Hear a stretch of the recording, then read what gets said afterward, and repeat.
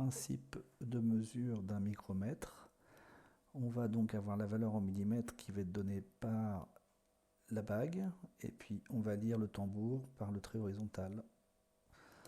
Donc là ici je me suis réglé à 10 mm, et on va regarder ce qui se passe. Donc quand je tourne ici, j'ai bien 0 en face du trait horizontal, donc je suis à 10.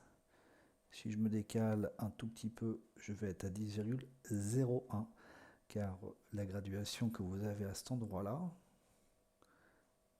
ça fait 0,01 mm. Donc 10,01, 10,02, 10,3, 10,03, 10,05, 10,1, 10,2.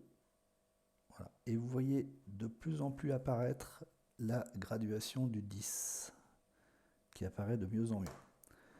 Donc 10,25, 10,30, 10,35, 10,40, 45. Et là on voit un trait qui commence à apparaître en dessous.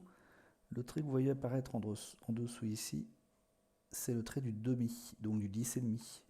Mais nous, on sait très bien qu'on est à 10,45, on n'est pas encore au trait du 10,5. Donc là, je serai à 10,49. Le tambour étant gradué de 0,5 en 0,5, là, moi, je sais que je suis à 10,5. Et on voit très très bien le trait du demi en dessous, donc 10. On voit le trait du demi, 10,5. Le tambour est à 0, 10,5.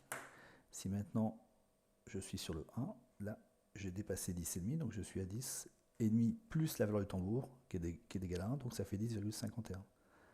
10,55, 10,6, 10,7, 10,8, 10,85, 10,9. Et puis là, on va bientôt arriver à 10,99. Voilà.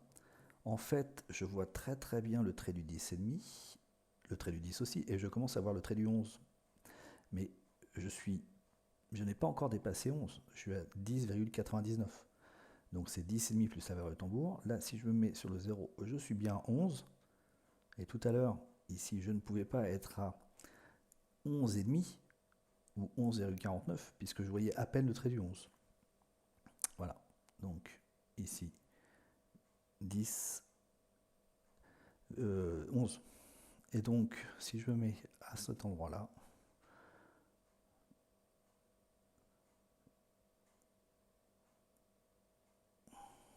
je suis à 11,5 plus la valeur du tambour, 11,51.